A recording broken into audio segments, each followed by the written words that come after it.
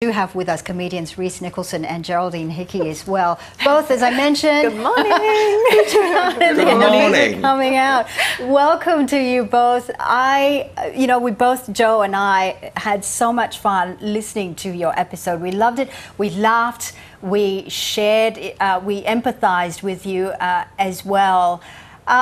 Geraldine, being part of this podcast, I found it a little bit interesting when you first introduced yourself and you said, when Monique said, how do you identify yourself? And you went, a lesbian? Ha, ha, ha. What was that about? Why the laughter?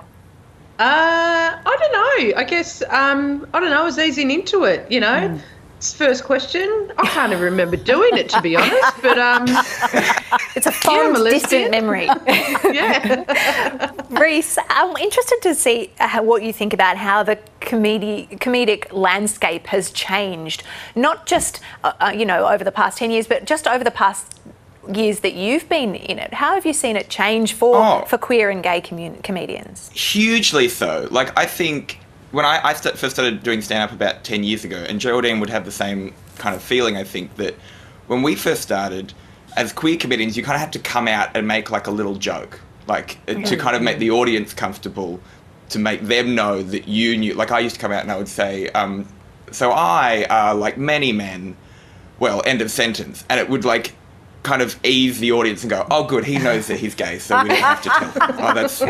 Oh, thank God. And now I co-own a comedy club in Melbourne, and we kind of have these baby queer comedians come through. And the fact that they kind of are able to just kind of walk on stage and start without kind of having to apologise for being there is such a thrill.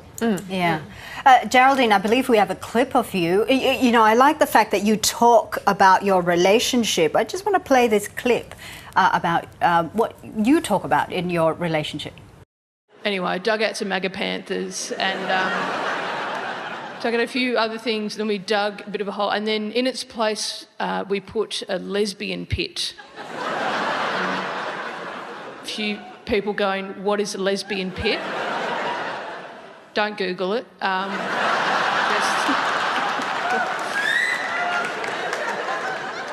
Maybe wait till you get home for that one. Do you know, every time I see MAGA Panthers, I think of you now. You realise that. MAGA Panthers, Geraldine Hickey. Yeah, you're not the only one. That was my plan.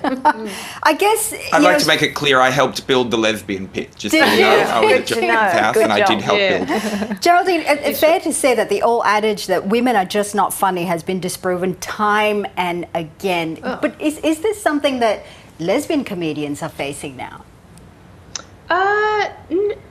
No, I don't think so. I think, lesbian and women comedians get lumped in the same boat. So we kind of fought through that. Women aren't funny. And, lesbian comedians really came out on top. There was myself, Zoe Coombs-Marr and Hannah Gadsby that in the last 5 years have won the top award in comedy at the Melbourne Comedy Festival. So, yeah, we're doing all right, I think. Yeah, I think so too. Rhys? I also think it's something to be I don't know if queer is a genre. I've started to with kind of, is it what's it like to be a gay comedian? What's it like to be a female comedian? It's I think comedy is one of those things that we kind of try to box in, but it's just, no, it's all just kind of comedy and we're all just kind of talking about ourselves. Yeah, and that's something I heard you speak about in your episode of this podcast as well, Rhys, that you're not really looking for acceptance or tolerance. You're just here and it's not an issue. It's just, you're just there. Yeah. I think it comes down a lot to people do a strange thing, and I'll be careful what I say because I know what time it is. But when this is a broad generalisation, but when a queer person is on stage, talking about their life, often I think, say, if you're a homophobe, your brain, or kind of naive in some ways, your brain automatically goes to sex and the kind of sex that we have. Whereas I don't know, I talk quite a bit about sex on stage, but no more than any of my straight male or female counterparts. Yep. And there's no kind of...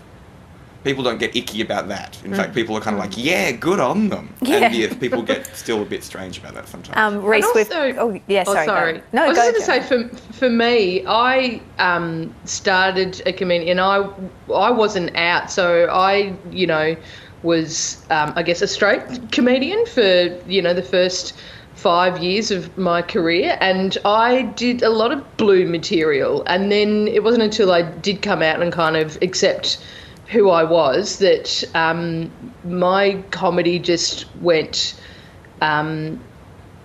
just so much further up, because I essentially was who I was on stage, and people appreciate that kind of honesty when they watch comedy. Yeah. Rhys, we've got a clip of some of your comedy that we might listen to now. You wanted to go camping last year, and I did not want to go camping, but relationships, much like worshipping Satan, are about sacrifices. So we found a middle ground. This is how he tried to sell it to me, though. He was like, come on, it'll be great. We'll be like scouts. Oh! No, I was never a scout, because my parents, loved me. Shout out to all the scouts out there.